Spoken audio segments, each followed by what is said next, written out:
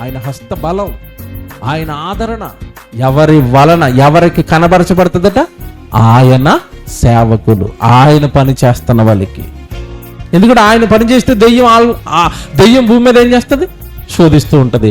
అప్పుడు దేవుడు వస్తున్నాడు, నాన్న ఏంటి నాన్న నీ కష్టం, వాడు శోధిస్తున్నాడు అపవాదిగాడు, నో డోంట్ వరీ నాన్న, వాడి కొద్ది కాలం నేను ఏదో ఇబ్బంది పెడతాను, నేను తోడుగా ఉన్నాను కదా, నీకు వెనకాల నేనున్నాను కదా, వాడి తాటాకి చెప్పులకి నువ్వెందుకు భయపడుతున్నావు, ఆ చిన్న చిన్న శ్రమలకి నువ్వెందుకు అల్లాడిపోతున్నావు, నేనున్నాను కదా. ఆదరించడానికి ఎవరు వస్తారట? దేవుడు వస్తాడట. ఎవడు మీ అందరికీ తెలిసిన రెఫరెన్స్ అని నేను స్కిప్ చేసి వచ్చాను. మనకి ఏదైనా శోధన వచ్చింది అనుకోండి, మనం ఏదైనా కష్టంలో పడిపోయాం అనుకోండి, దేవుడు ఎంత అభయం ఇచ్చాడు తెలుసా?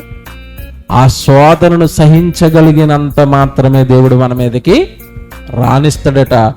మనకి కెపాసిటీకి మించి అపవాదిగాడు శోధించడానికి దేవుడు అవకాశం ఇవ్వడు. ఇస్తాడా? ఇవ్వడు. అంటే అర్థం ఏంటి? శోధించరాని అవకాశం ఇచ్చినట్టుగానే అపవాదిగాడికి అవకాశం ఇచ్చి వెనకాల వచ్చి దేవుడు ఏమన్నాడు తెలుసా? నా కొడుకు ఒక లిమిట్ వరకే భరిస్తాడు, ఎక్స్ట్రా శోధించేవాడు ఊరుకొని రాయి అంటున్నాడు. ఎవరు? దేవుడు అండి. మీకేం అర్థమవుతున్నాడో దేవుడు మీకేం అర్థమవుతున్నాడో? శోధనలకు అప్పగించి, పనికి అప్పగించి ఎక్కువగా శోధిస్తే ఊరుకోను అన్నాడు. అక్కడతో వదిలేడా? వెంటనే అక్కడ ఏముంటుంది తెలిసిన మాట మీరు చదువుకున్నప్పుడు కొరింథీ పత్రికలో 10వ అధ్యాయంలో, దేవుడు నమ్మదగిన వాడు అనుండి వెంటనే పక్కనే ఉంటుంది తెలుసా, ఆ శోధన తప్పించుకునే మార్గాన్ని కూడా మరలా ఆయనే చూపిస్తాడు. ఎంత మంచోడండి దేవుడు, ఎంత ప్రేమమయుడండి. అపవాదిగాడు శోధిస్తుంటే ఎంత దగ్గరగా ఉన్నాడండి, ఎంత అలాగా ఆదరించుకున్నాడండి, ఎంత ప్రేమిస్తున్నాడండి.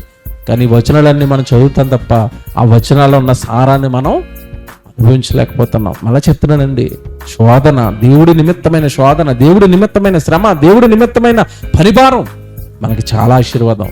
దేవుడి ప్రేమను కళ్ళకు కట్టినట్టుగా చూపించేవి అవే. దేవుడు ఎవరిని ఆదరిస్తాడు అంటే ఆయన సేవకులను, ఆయన పని చేస్తున్న వాళ్ళని, ఆయన కొరకు శ్రమ పడుతున్న వాళ్ళు. పని ఉందని మనిషిలో ప్రాణముందని తెలుసుకో.